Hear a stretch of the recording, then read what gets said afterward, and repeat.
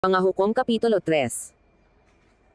Ito nga ang mga bansang iniwan ng Panginoon, upang subukan ng Israel sa pamamagitan nila, sa makatuwid bagay sa mga hindi nakaalam ng mga pagbabaka sa Canaan. Nang maalaman man lamang yaon ng mga salit-saling lahi ng mga anak ni Israel, upang turuan sila ng pakikibaka, yaon man lamang ng unay hindi nakaalam.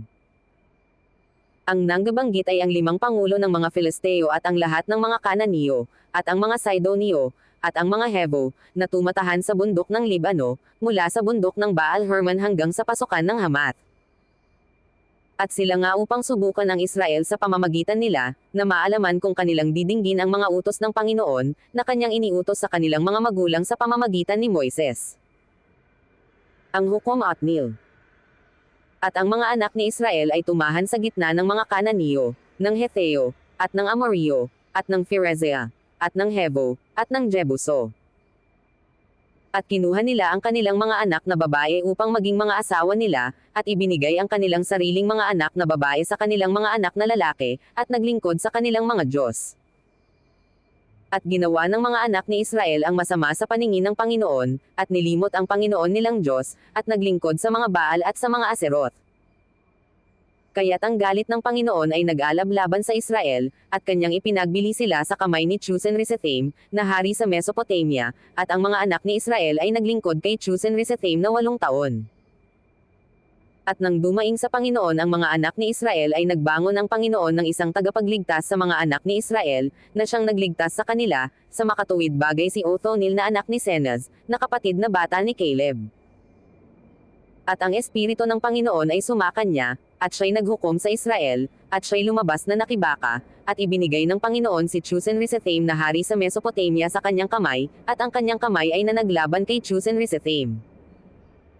At nagpahinga ang lupain na 40 taon, at si Othniel na anak ni Senaz ay namatay. Si Ehud na hukom. At ginawang muli ng mga anak ni Israel ang masama sa paningin ng Panginoon, at pinatibay ng Panginoon si Eglon na hari sa Moab laban sa Israel, sapagkat kanilang ginawa ang masama sa paningin ng Panginoon. At kanyang tinipon ang mga anak ni Ammon at ni Amalek, at siya'y yumaon at sinaktan niya ang Israel, at kanilang inari ang bayan ng mga puno ng palma. At ang mga anak ni Israel ay naglingkod kay Eglon na 18 taon. Ngunit nang dumaing ang mga anak ni Israel sa Panginoon, ibinangon sa kanila ng Panginoon ang isang tagapagligtas, si Aod na anak ni Gera, ang Benjamita, na isang lalaking kaliwete, at ang mga anak ni Israel, ay nagpadala ng isang kaloob sa pamamagitan niya kay Eglon na hari sa Moab. At si Aod ay gumawa ng isang tibak na may 2 talam, na may 1 siko ang haba, at kanyang ibinigkis sa loob ng kanyang suot, sa kanyang dakong kanang hita. At kanyang inihandog ang kaloob kay Eglon na hari sa Moab, at si Eglon ay lalaking napakataba. At nang siya'y matapos makapaghandog ng kaloob, ay pinapagpalam niya ang mga tao na nagdala ng kaloob. Ngunit siya nga ay bumalik mula sa tibagan ng bato na nasa piling ng Gilgal, at nagsabi, "Ako'y may isang paugong lihim sa iyo, O hari," at kanyang sinabi, "Tumahimik ka," at yaong lahat na nakatayo sa siping niya, ay umalis sa harap niya.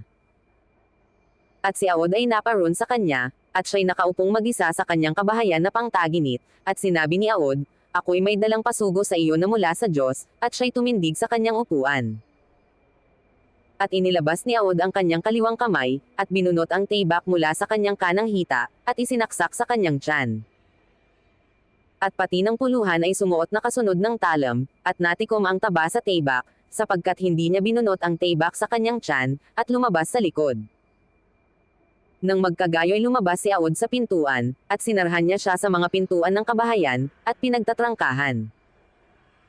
Nang makalabas nga siya ay dumating ang kanyang mga alila, at kanilang nakita, at, narito, ang mga pintuan ng kabahayan ay nakakandaduhan, at kanilang sinabi, walang pagsalang kanyang tinatakpan ang kanyang mga paa sa kanyang silid na pangtaginit.